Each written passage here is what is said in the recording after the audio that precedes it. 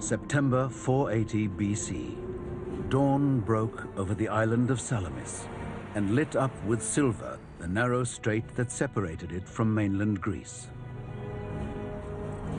The tranquil sea provided no hint of the battle that was about to begin.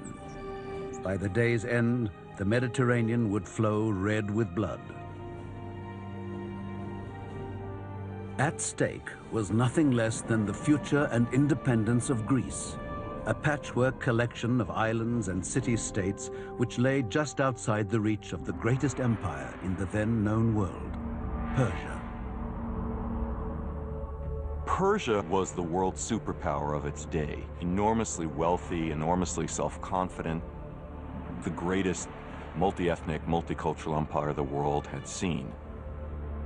An invasion force of epic proportions was armed and ready just over the horizon. As many as 700 ships carrying 150,000 warriors intended to add Greece to Persia's many conquests. But one Greek hero was poised and eager to do battle with them.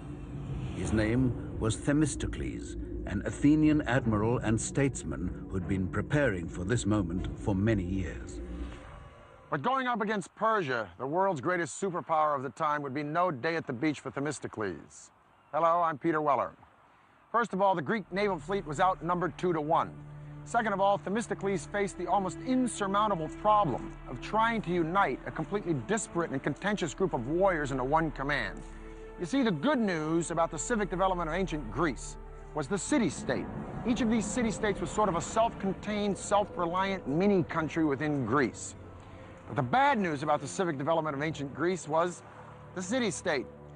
Because inasmuch as each of these city-states sort of spoke the same lingo, worshiped the same gods, there was really no sense of a national unity, and their only priority was their own particular regional and cultural agenda. At best, they didn't get along. At worst, they were violently at each other's throats.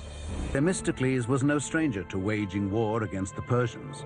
10 years previously, a smaller Persian force had invaded Greece for the first time and fought Athens and her allies at the Battle of Marathon. At this crucial moment, Themistocles could bring that experience to Salamis and focus his strategic thinking on a fatal flaw he detected in the Persian war machine, its navy. He understood that the water was not the Persians' natural element. Persia was a land power. In fact, Persian religion considered salt water to be demonic. Themistocles persuaded Athens to build a navy better than any other in the world.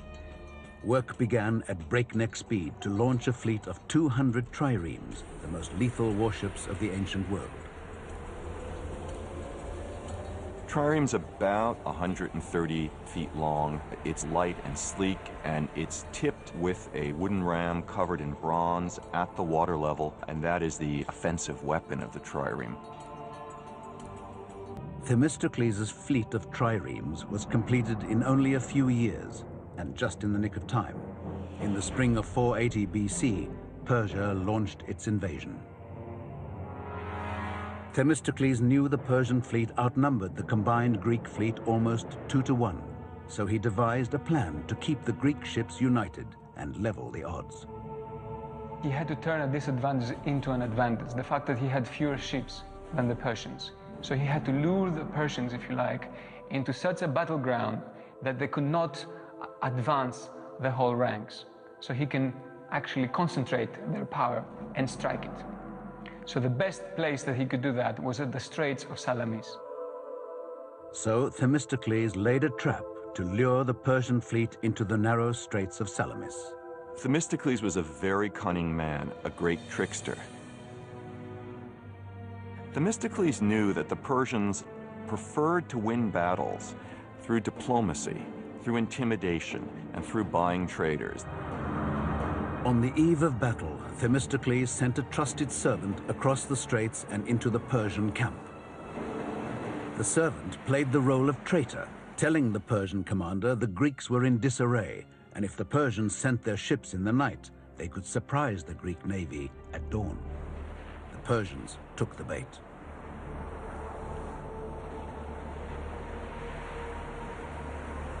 And so at dawn, the Persians discovered to their shock that the Greek fleet, instead of being about to flee, was getting into battle formation, and that they, the Persians, would have to fight.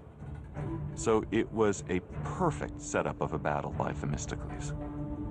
200 triremes powered by 34,000 oarsmen formed up into a battle line. There was no room for the Persians to maneuver in the narrow straits. Themistocles had sprung the perfect trap. The attacks raged all day as the Greek triremes encircled the Persian ships, then pounded them with their forward rams. And the Persian officers died in unusually high proportions. The battle was so confused, chaotic, and unnerving that by the evening the Greeks weren't even sure that they had won. But thousands of cold Persian corpses on the shores of Salamis indicated a decisive Greek victory. Some historical sources claim the Persians lost 200 ships and the Greeks lost only 40. Any Persians that didn't drown were slaughtered by Greek soldiers waiting for them.